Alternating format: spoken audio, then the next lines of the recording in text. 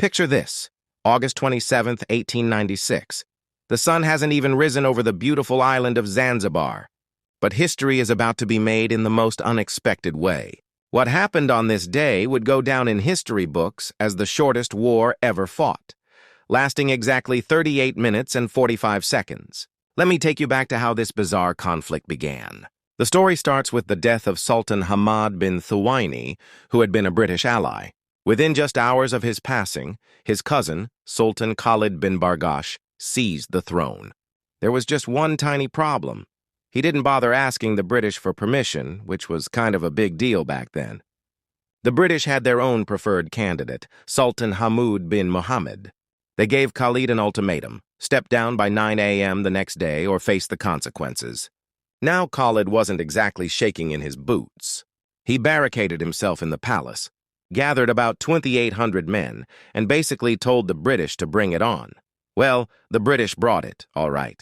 At exactly 9:02 a.m., when Khalid refused to surrender, the British warships in the harbor began their bombardment.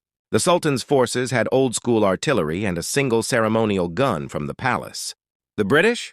They had 5 modern warships armed to the teeth.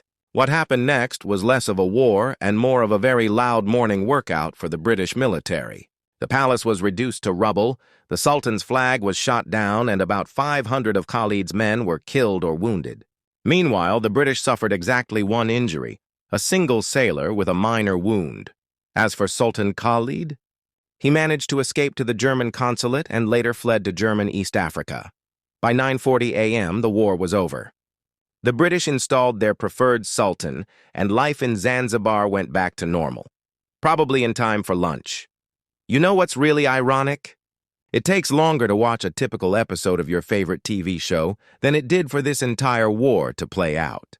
The Anglo-Zanzibar War might have been brief, but it perfectly captures the essence of colonial-era politics: overwhelming force, quick action, and a clear message about who really held the power. This 38-minute wonder stands as a reminder that sometimes the most remarkable moments in history aren't epic battles that drag on for years, but rather brief flashes that change everything in less time than it takes to cook a proper meal. Now that's what I call efficient warfare, though I'm pretty sure neither side was aiming for a world record at the time.